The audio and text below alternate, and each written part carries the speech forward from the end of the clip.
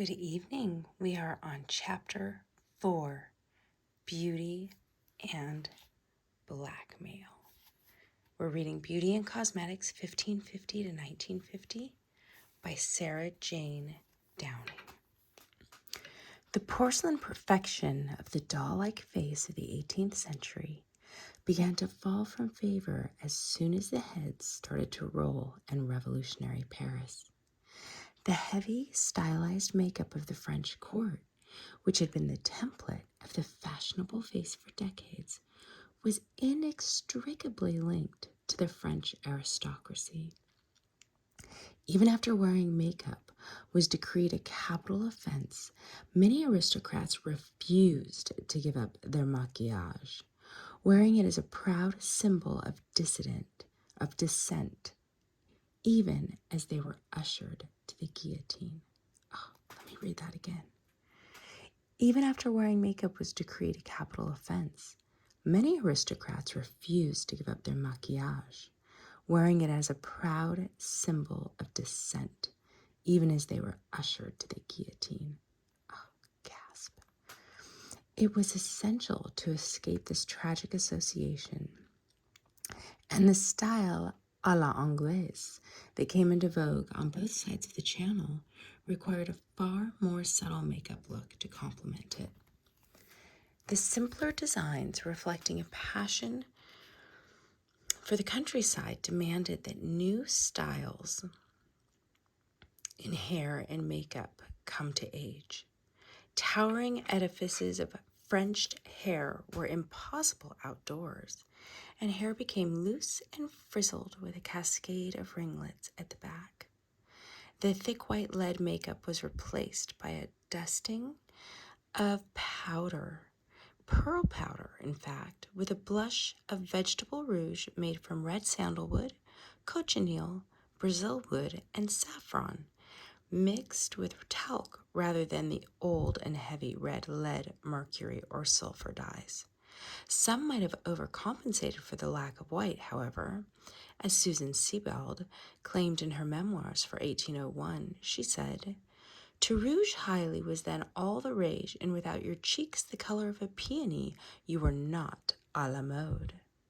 La Belle Assemblée occurred in 1806, and it was, quote, "On the toilet of our ladies, the rouge box has become perhaps the most essential attendant."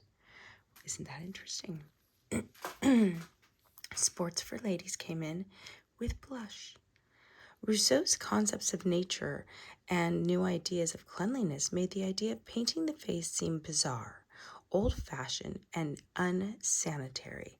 And just as the modern young lady would never give up her delicate muslins to go back to a hoop skirt of heavy brocade, she would not be seen dead in white lead.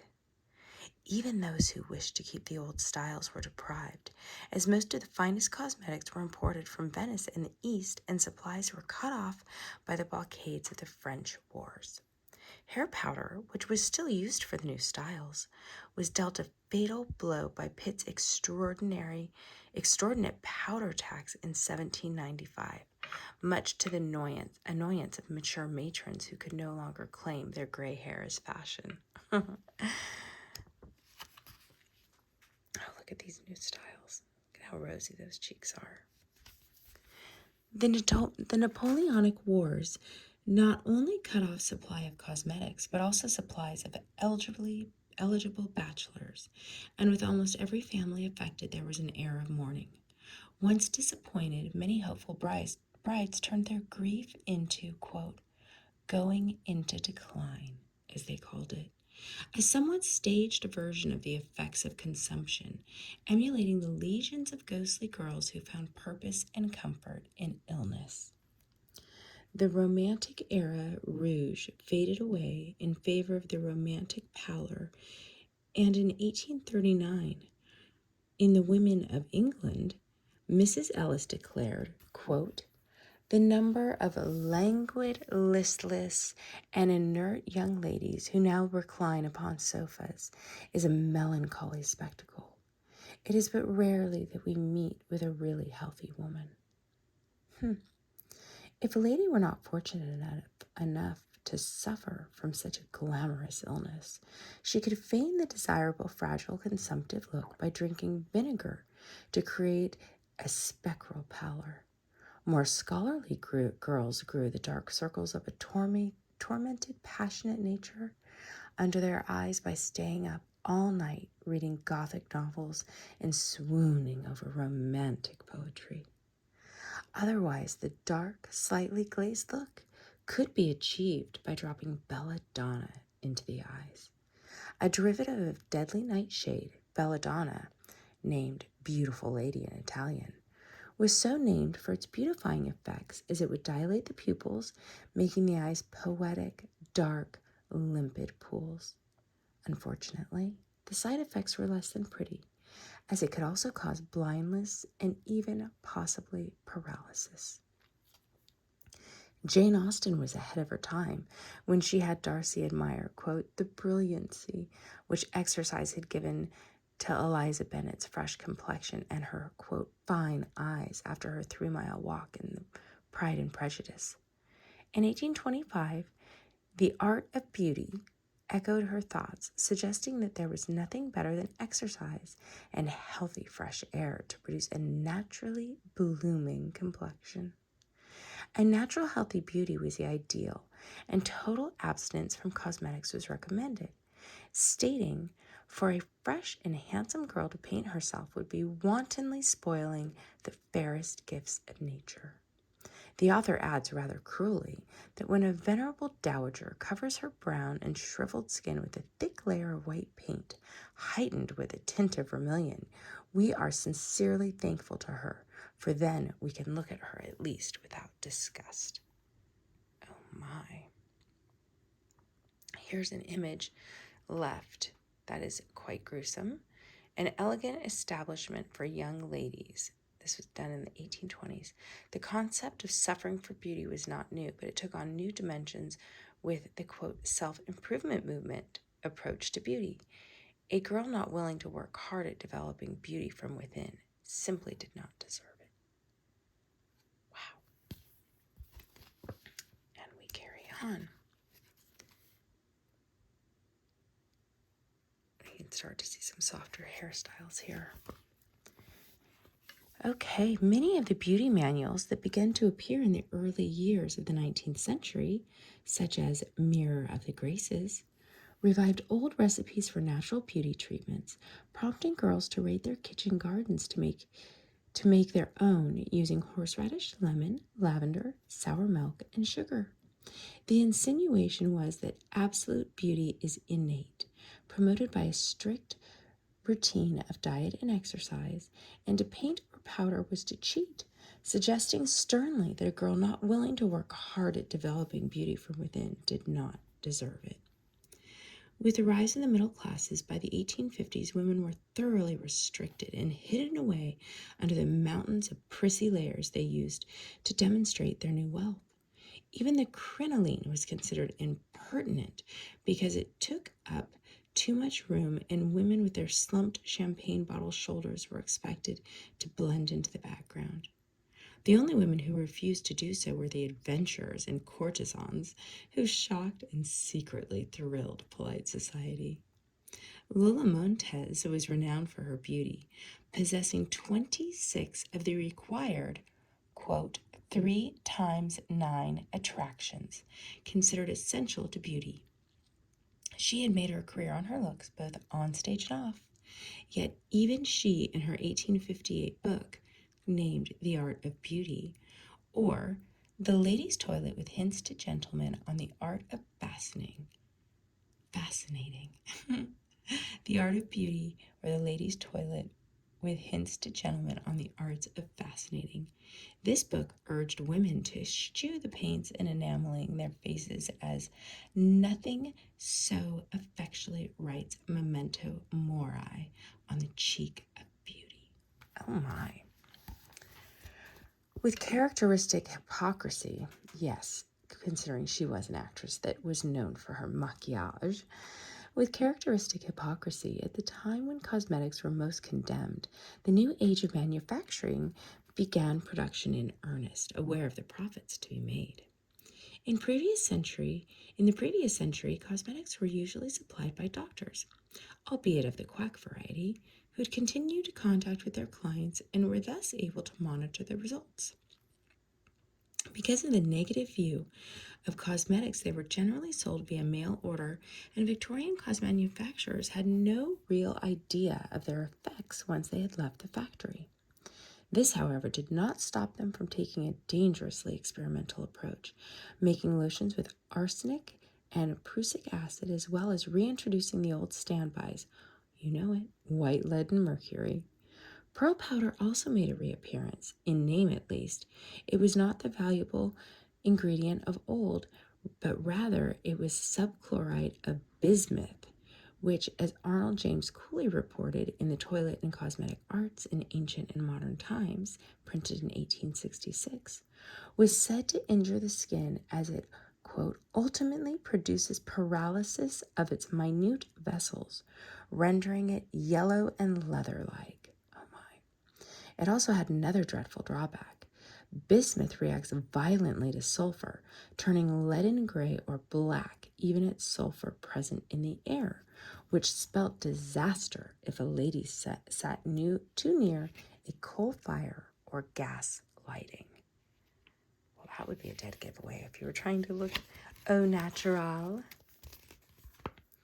Some more, look at that blush. There was still an intense pressure on women to be beautiful without any hint of artifice. And sadly, the ban on cosmetics for polite society left the women who were in despair of their beauty vulnerable to charlatans.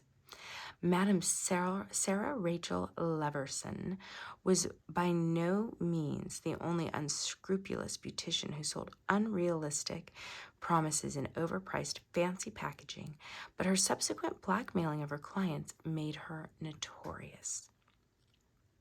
Madame Rachel claimed that the powerful mystery she sold from her salon at 47A New Bond Street would make anyone, quote unquote, beautiful forever.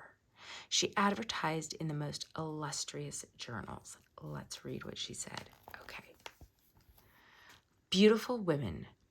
Madame Rachel begs to inform her lady, patroness, the nobility, and aristocracy generally, that she has opened her annual subscription for the supply of her costly Arabian preparations for the restoration and preservation of the female loveliness, which have been obtained for her by the patronage of royalty, these being manufactured entirely by Madame Rachel, who has no agents and cannot be obtained from any other source.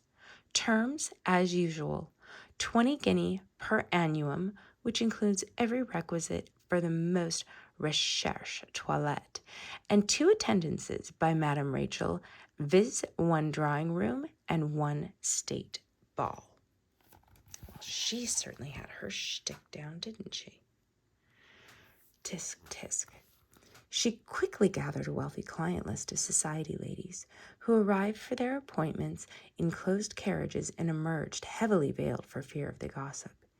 Even so, there was much speculation about who received her treatments, including the suggestion, no doubt put about by Madame herself, that Queen Victoria and Empress Eugenie of France were clients. Her prices were high, with her treatments ranging from her magnetic rock dew water of Sahara for removing wrinkles at £2 2 shillings for a bottle, almost twice a working class family's weekly income of £1 12 shillings per week, to an exorbitant 10 to 20 guineas per bottle of Jordan water.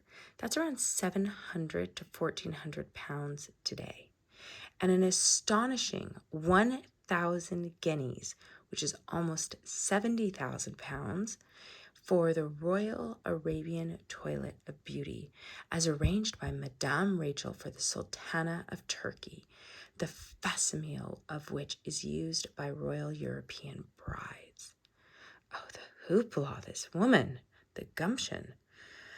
Some of the treatments were little more than rather better marketed versions of other treatments commercially available using a mixture of useless but pretty perfumes in the usual mix of dubious substances and poisons. Others, like her famous, and at 20 guineas per face and bosom, enameling, where the face was denuded of hair, cleansed with an alkaline solution, and coated with a thick white paste of white lead and arsenic powder, with a blush of rouge added, appeared to be revivals of 18th century treatments. So $1,400 for this enameling, a face waxing, a cleansing, and then an enameling with lead paste and arsenic and blush. Amazing. Some were simply fraudulent, like the Jordan water supposedly imported from Jerusalem, which had in fact never been further than East Wapping. It was certainly a terrible trap for the naive. And once Madame Rachel had their confidence, she exploited them with an insidious... I lost my place. It was certainly a terrible trap for the naive, and once Madame Rachel had their confidence, she exploited them with an insidious mixture of fraud and blackmail, knowing the shame that having consulted her in the first place would keep them from going to the police. Ultimately, she had her comeuppance when in 1886 or 1868, she was sentenced to 5 years penal servitude for defrauding the widow of an Indian officer out of her inheritance by inveigling her into a bogus courtship by letter with a wealthy lord whom Madame Rachel claimed was desperately keen to marry her, but of course only once she had been enameled to keep her beautiful forever. And here you can see this is a cartoon. And it says above, Madame Rachel setting out her stall under the banner, beautiful forever. This is satire, probably around 1868. It was probably published to coincide with her trial. Here, the foolish and less than beautiful are vying to buy everything from magnetic rock dew water for Sahara for removing wrinkles to complete face masks. Look at that, you can see complete face masks. Faces hanging. Oh, it's just terrible. The beginning of our horrible reputation and beauty, my goodness. Okay, and with that, my friends, it takes us to our next chapter, the actress and the inchouan. Next up, look at that beautiful photo. That's where we're going next. As usual, tuck in, sweet dreams, and get your beauty sleep. We'll see you for the next chapter.